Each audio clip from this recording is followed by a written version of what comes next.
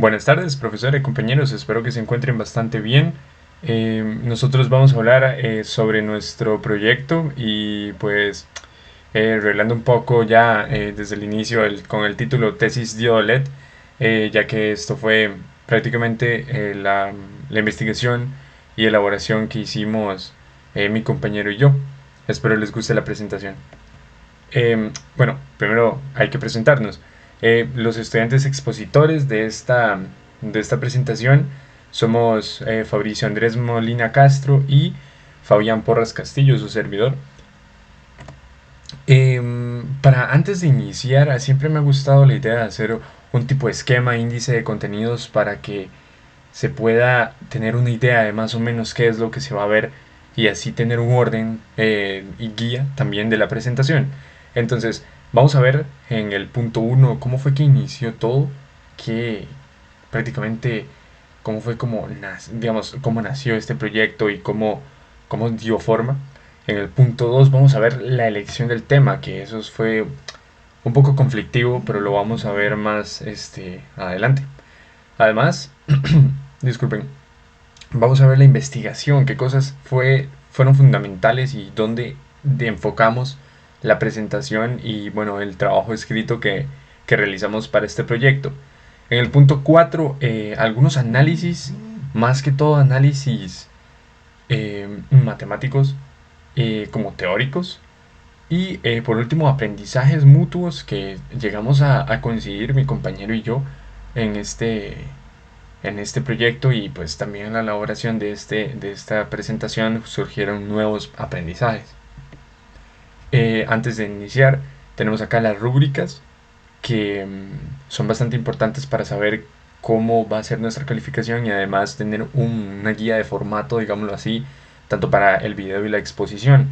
No voy a ahondar en detalle, prácticamente se divide en la secuencia lógica, objetivo, entendimiento, la parte del video, el formato, la exposición, en sí el tiempo, también créditos y títulos y además imágenes y la parte del infograma.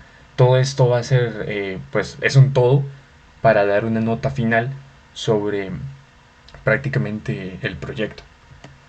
Ahora sí, con el punto uno, ¿cómo fue que inició todo? No sé si recuerdan exactamente, pero el curso inició el 6 del 9 del 2021, si no estoy mal.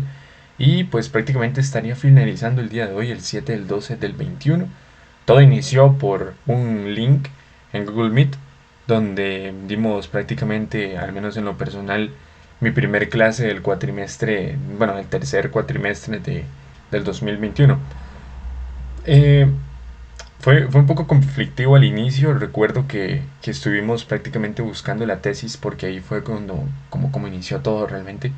Ahí fue cuando la profe nos dio la idea, bueno, prácticamente la idea no, sino la asignación del proyecto para que así tengamos algo ya para el final e ir desarrollando poco a poco eh, pues un nuevo proyecto que fuera más bien desafiante, la verdad, lo cual lo fue. Disculpe. Ahorita vamos con el punto 2 que es la elección del tema. Esto fue bastante catastrófico al inicio, más que todo conmigo y con mi compañero, porque no sabíamos exactamente qué tema enfocarnos o hacia qué dispositivo relacionado con Electrónica 1, que es el curso anterior que llevamos, y pues el Laboratorio de Electrónica 1, que es el actual, que estuviera relacionado, porque fue, fue como que nos tomó de sorpresa el hecho de tener que hacer pues una investigación sobre una tesis, ya que al menos en lo personal, por primera vez fue que trabajé con ya tesis de verdad, tanto haciendo un análisis de ella o en sí como tener que buscar una tesis para una asignación. Fue bastante catastrófico al inicio. No sabíamos cómo, no sabíamos de qué forma, de cómo era confiable. Entonces, poco a poco él y yo estuvimos conversando y nos dimos cuenta que sabemos cosas del Diolet, sabemos más o menos cómo es que funciona, pero realmente sabíamos como un análisis de este. Entonces nos dimos a la tarea de buscar, la cual pues dimos con una tesis, pero de esta tesis les voy a hablar en el punto 3, el que continúa. Em, y esta tesis fue la que empezó prácticamente todo el proyecto. Nos empezó a hablar acerca de lo que era el diodo LED, algunas de sus diferentes aplicaciones y tal, pero como dije, eso lo voy a tocar en el siguiente punto. Y eso es lo que vamos pues, a hablar ahora. El punto 3, la investigación. ¿Qué fue lo que se investigó? Ya que usted tenía la tesis, ¿qué se investigó? Como dije antes, prácticamente la tesis es, bueno, de la Universidad Tecnológica Mixteca. eh, Tiene como título Diseño y construcción de un sistema de alimentación para un arreglo RGB de 3 LEDs de potencia. Prácticamente esta es una de las tesis más como perfectas, digamos que se puede decir así, que encontramos porque era para obtener un título de diploma en ingeniería electrónica, lo cual pues prácticamente nosotros estamos cursando para obtenerlo. Entonces nos vino, como dicen vulgarmente, como anillo al dedo. Entonces, esta tesis es, bueno, una tesis extensa que habla de prácticamente cómo emplear estos diferentes diodos LEDs de potencia para detener diferentes técnicas de colores y pues prácticamente que se ayuda con el entorno para así generar el LED que se desea, que bueno, pues el color que se quiera para la X eh, utilización, digamos, que se le quiera dar. También, pues bueno, en la tesis en general, no voy a mencionar todo porque si no sería bastante extenso. eh, Hablaba acerca de iluminación artificial, intensidad de luz, los tipos de LED, que si era un LED de potencia de operación, de longitud de onda, de tecnología por fabricación, también algunas de sus características específicas. Pero en todo lo que llevaba de tesis, nosotros decidimos guiarnos y pues ir, digamos, hacia un punto específico, que fue el que más nos llamó la atención porque fue el que desconocíamos completamente y dijimos, ¿por qué no? ¿Por qué no? Estos son prácticamente los convertidores que, bueno, son convertidores de potencia.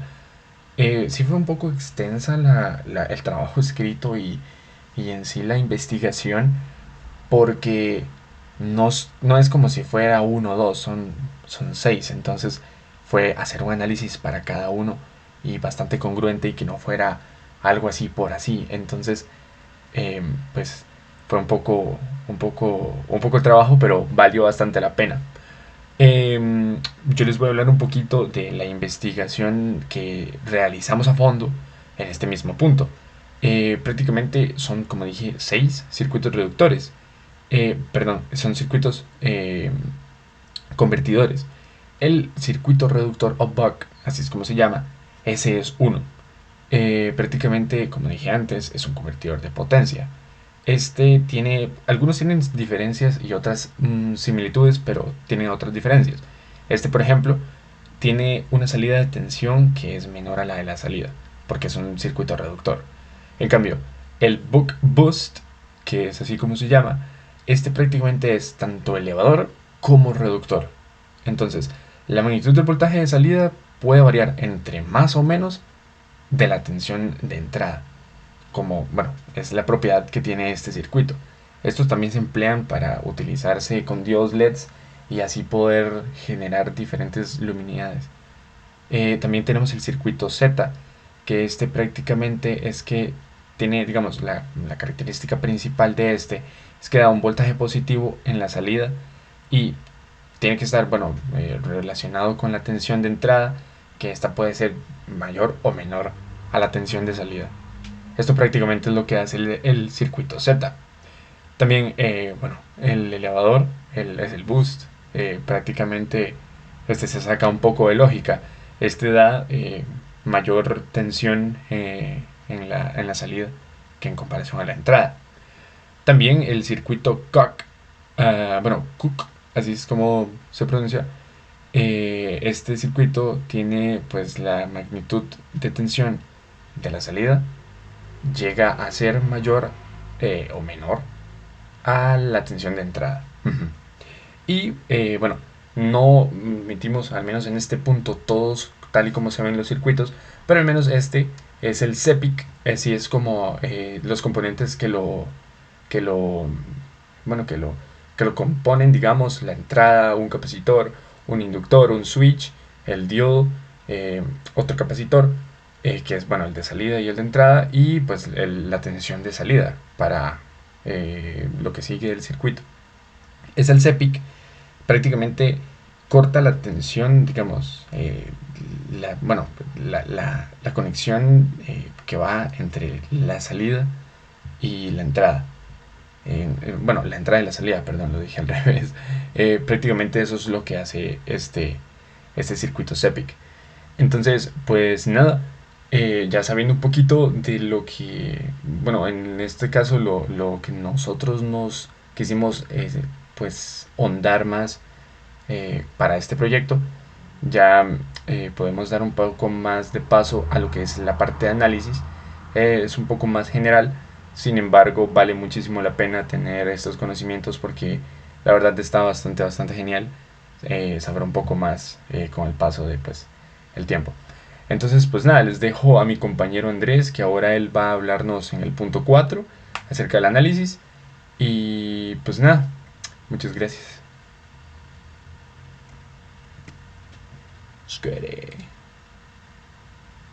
Buenas, compañeros y profesora.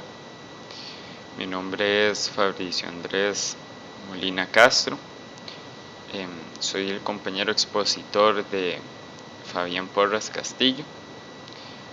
A mí me compenden los puntos del análisis y también hablar sobre un poquito de los aprendizajes adquiridos en el transcurso de la investigación.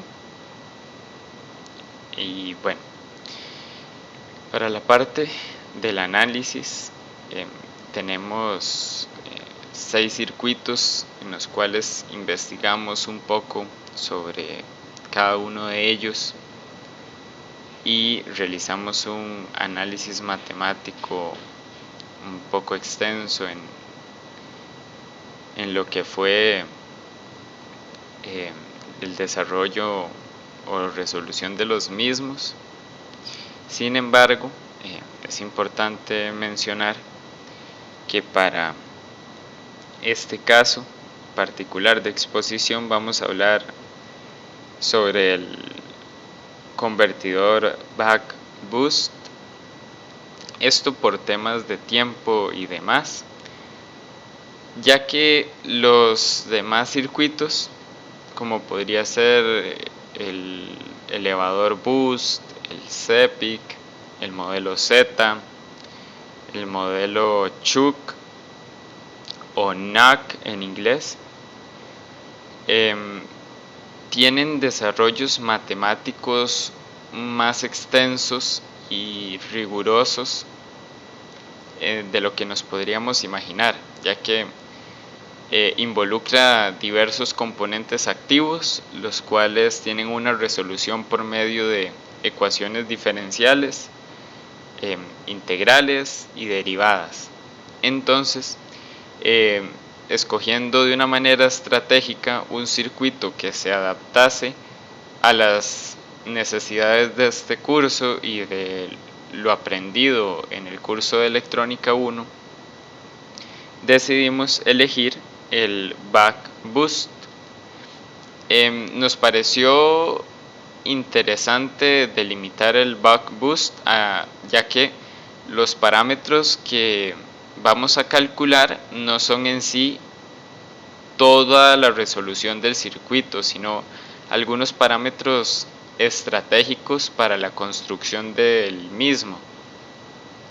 Y hablaremos también más que todo del caso de cuando el Buck-Boost se comporta como un reductor o un elevador de voltajes. Tenemos un ejemplo de un circuito elevador. Sin embargo, para el caso del reductor, opera de la misma manera, solo que invirtiendo un poquito el papel de las fórmulas seleccionadas. Ok. También mi compañero Fabián les habló un poquito sobre la función de cada uno de ellos. Sin embargo, bueno, acá les traje los modelos esquemáticos para cada caso en cuestión, por si quieren investigar un poquito más o si están interesados en realizar alguna simulación para visualizar el comportamiento de los componentes y demás.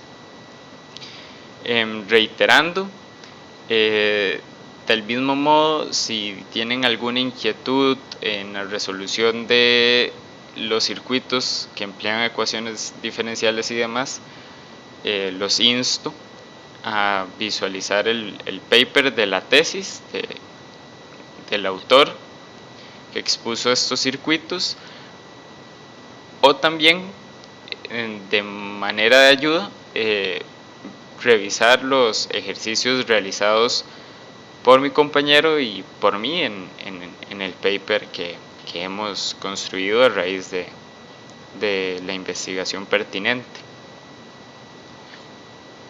Ok. En el caso del análisis tenemos algunas fórmulas de parámetro importantes a conocer. Retomando un poquito las palabras de mi compañero, un convertidor buck boost es un conversor de voltaje de corriente continua a corriente continua, el cual cumple con las funciones de conversor elevador y de conversor reductor. Esto afectando o no a la corriente de salida que se puede obtener en el circuito, haciendo que el sistema sea un poco más versátil o dinámico que los modelos anteriores. Todo esto sin la implementación del componente llamado transformador. Podemos lograr una conversión de señal de corriente directa a corriente directa sin la utilización de un conversor, de un transformador. Y esto es maravilloso, ya que son componentes de fácil acceso y no son tan difíciles de operar. También este tipo de circuitos se les puede aplicar un controlador para evitar algunos errores en las señales de entrada y falta de idealidad de los componentes. También estos controladores pueden mejorar algunos tiempos de respuesta del sistema, pero ya eso es ir como muy directo a la aplicación que se le quiere dar. En este caso vamos a trabajar con modelos ideales, ya que son modelos simulados. Entonces los errores físicos se van a despreciar para este ejemplo.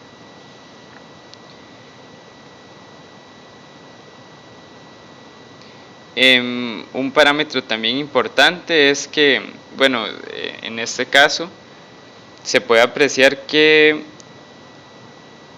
cuenta con un switch que podría ser de tipo IGBT o por medio de la implementación de un FET, un diodo, una inductancia, una capacitancia y una resistencia. Esos son los componentes que cuentan. Un LCR y un diodo. Bueno, primero que todo, vamos a seguir calculando de aquí en adelante una variable de suma importancia llamada la variable de conmutación, la cual en este caso particular va a ser expresada matemáticamente por la siguiente fórmula y está designada por la letra K. Entonces para ello tenemos la siguiente fórmula, la cual sería el voltaje de salida dividido entre el voltaje de entrada más el voltaje de salida. Con esta variable vamos a obtener los intervalos de conmutación del switch del circuito, es decir, indicará cuál va a ser el ciclo del trabajo del sistema a utilizar. Estos mismos están expresados de igual forma matemáticamente por la siguiente fórmula, en donde K es la constante de conmutación y T es el periodo.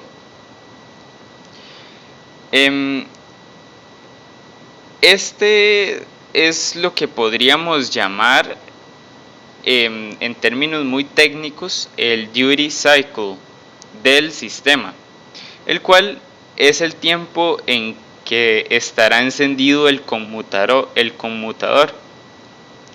Para esto tenemos la siguiente fórmula, la cual es el T2 igual a 1 menos la constante de conmutación multiplicada por el tiempo. Este será el tiempo en el cual estará apagado el conmutador, que es importante conocer para la operación idónea del circuito buck boost. Bueno, también por la teoría expuesta en circuitos 1 y en circuitos 2 tenemos la siguiente fórmula, en donde T es el inverso de la frecuencia, en donde también T es el periodo del sistema que será utilizado. Normalmente se tiende a definir una frecuencia del sistema y de ahí se procede a calcular el valor de todos los componentes del sistema. En caso de tener los componentes y querer definir una frecuencia, bueno, también se pueden realizar algunos despejes en las ecuaciones para delimitar esa frecuencia de operación. Un aspecto importante que también se tiene que tener cuenta en el buck boost son los rizados de corriente, mismas que estarán presentes en la corriente que pasa por el inductor. Sin embargo, normalmente esta corriente no es muy utilizada más que para calcular el tamaño del inductor con el cual se desea trabajar. Esta corriente influye más en el caso de querer realizar una realimentación del sistema por medio de corriente. Sin embargo, no es tan necesario. Para eso tenemos la siguiente fórmula. Podemos ver que tenemos la letra delta, la cual nos hace un aviso de que va a haber un sistema de cambio o va a haber una variación. Entonces, para eso tenemos la siguiente fórmula, la cual es el cociente entre la constante de conmutación, el voltaje de entrada, dividido entre la frecuencia multiplicada por la inductancia. Esto es para delimitar los rizados de corriente. Ahora bien, el valor mínimo del inductor que se desea utilizar en el circuito también cuenta con una ecuación en donde se debe colocar el máximo valor del rizado de corriente que se debe permitir en el sistema. Entonces podemos ver que estas dos ecuaciones van ligadas. Primero calculamos el rizado y luego calculamos el valor mínimo del inductor. ¿Okay? Para eso tenemos la siguiente fórmula también, en donde podemos ver que la letra delta también nos indica una diferencia, una razón de cambio, en este caso para la corriente. Retomando un poquito ahora el tema del rizado, también tenemos rizados en el voltaje o rizados en la tensión, mismos que estarán presentes en la salida de nuestro circuito. Por lo general, este es un parámetro que se busca minimizar debido a que muchos equipos no permiten tensiones con altas variaciones. El mismo es inversamente proporcional a la frecuencia de conmutación y el valor del capacitor. Entonces, de una manera un poco más sencilla de explicar la fórmula, sería la corriente eléctrica multiplicada por la constante de conmutación dividido entre la frecuencia multiplicada por la capacitancia.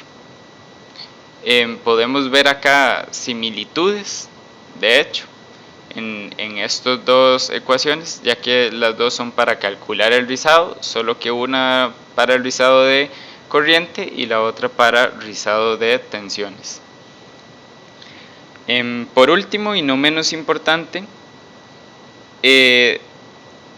al igual que antes, siempre va a existir un valor mínimo de capacitor para que se cumpla este rizado en la tensión, el cual vendrá dado por la última ecuación, la cual de igual forma involucra la corriente eléctrica multiplicada por la constante de conmutación dividido entre la frecuencia multiplicado por el cambio, la transición del voltaje M.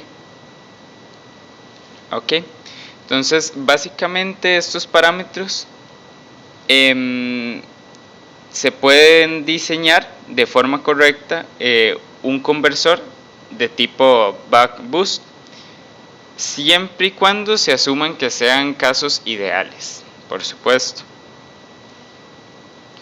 Básicamente estas ecuaciones son de suma importancia a tener en cuenta para el diseño del circuito, no para la realización de las mallas de cada uno, no, sino para la construcción correcta.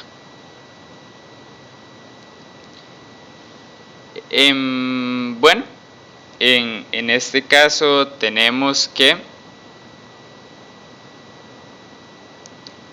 para un circuito de tipo buck boost, en este caso un circuito reductor, se tiene o se quiere diseñar un conversor de voltaje de tipo buck boost, el cual opere con una tensión de entrada de aproximadamente 120 voltios y deba tener un voltaje de salida de 50 voltios con una corriente de salida de 1 ampere. También se desea que trabaje a una frecuencia de 20 kHz y los rizados permisibles para este sistema pueden llegar a ser aproximadamente del 5%. Como se comentaba anteriormente, en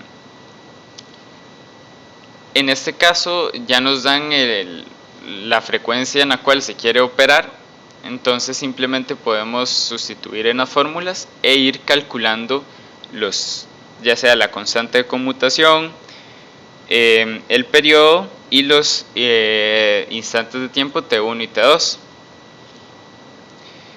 por medio de las fórmulas expuestas anteriormente. Entonces vemos que sustituyendo los valores de tensión de salida y tensión de entrada, también la frecuencia y demás, podemos obtener los siguientes parámetros.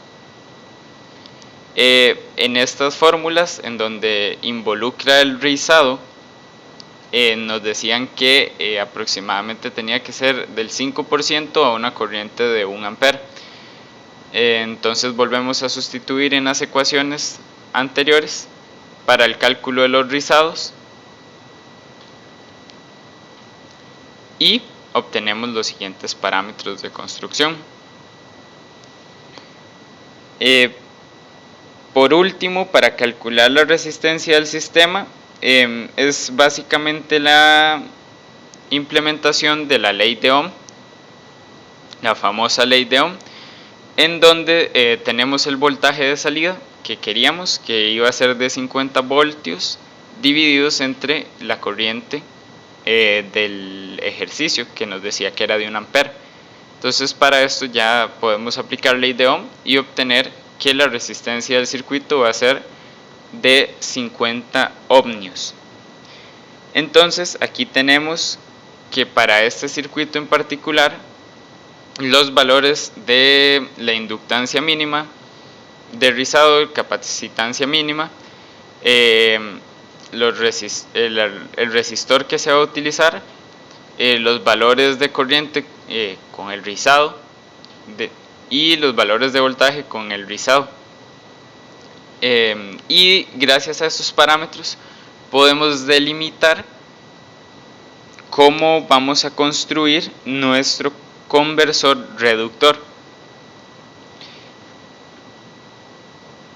En el caso del circuito elevador, básicamente se emplea el mismo análisis de las ecuaciones, solo que con algunas variaciones, invirtiendo un poquito las fórmulas. Por ejemplo, si tenemos una tensión de entrada de 120 voltios y queremos obtener un voltaje de salida de 700 voltios, aplicamos igual el análisis correspondiente para cada caso, calculando ya sea la constante de conmutación y demás, de la misma manera que se calculó el circuito reductor. Igualmente, si para el caso de un elevador tenemos una tensión de salida, por ejemplo, de 700 voltios, según esta fórmula, para calcular la constante de conmutación, tendríamos que sustituir esos 700 voltios y supongamos que para ese circuito elevador más bien tenemos una tensión de entrada de 120 voltios, bueno, sustituiríamos los 120 voltios de entrada y 700 voltios de salida arriba y abajo, y de esta manera podríamos calcular la constante de conmutación.